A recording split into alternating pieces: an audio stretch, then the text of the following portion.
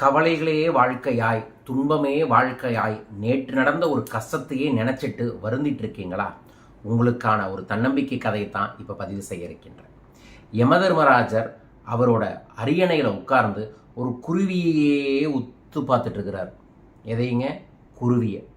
அப்போ அங்கே ஒரு கருடாழ்வார் வராரு.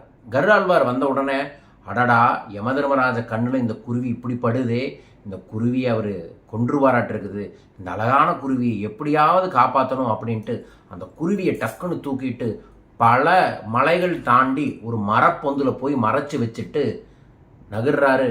அந்த மரப்பொந்துக்குள்ள இருக்கக்கூடிய ஒரு பாம்பு டக்குன்னு அந்த குருவியை சாப்பிட்டுருச்சு. இந்த வருத்தத்தோட திரும்பி யமதர்மராஜனை பார்க்க வராரு கருடாழ்வார். அப்போ யமதர்மராஜர் கருடாழ்வாரை பார்த்து, என்ன யோசிக்கிற, நீங்கள் என்ன யோசிச்சிங்கன்னு தெரியாமல் நான் ஒன்று செஞ்சேன் அப்படின்னாரு. அப்போ யமதர்மராஜர் சொன்னார், இப்போ பக்கத்தில் இருக்கக்கூடிய குருவி எப்படி இத்தனை மைல் தாண்டி ஒரு பாம்பு கட்ட இன்னும் ஒரு சில நிமிடங்களில் சாக போகுதுன்னு யோசிச்சுட்டு இருந்தேன், நீ அதை கொண்டு போய் கொடுத்துட்ட அப்படின்னாரு. அன்பர்களே, நம்ம வாழ்க்கையிலும் அப்படித்தான். சில விஷயங்கள் தான் நம்ம கைகளில் இருக்குது, பல விஷயங்கள் நம்ம கையில் இல்லை. இந்த பிரபஞ்சத்தில் தான் இருக்குது, மாற்றமே இல்லை.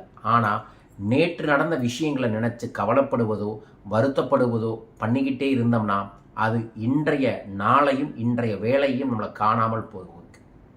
வாழ்க்கையில் எது நடந்தாலும் சரி, அடுத்தது நம்ம நகர்ந்து தான் தீர வேண்டும். அந்த நகர்றதுக்கு லேட் பண்ணுறவங்க மீண்டும் மீண்டும் பிரச்சனையே இருப்பாங்க. துள்ளி குதிச்சு குதிரை மாதிரி ஓடுறவங்க ஜெயிச்சிருவாங்க.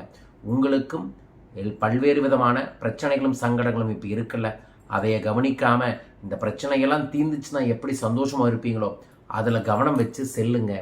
விதி வலியது தான், ஆனால் யார் ஒருவர் தனது முயற்சியை செய்து கொண்டிருக்கின்றாரோ அதற்கு விதி ஃப்ளெக்சபிளாக சில விஷயங்களை மாற்றி தரும்.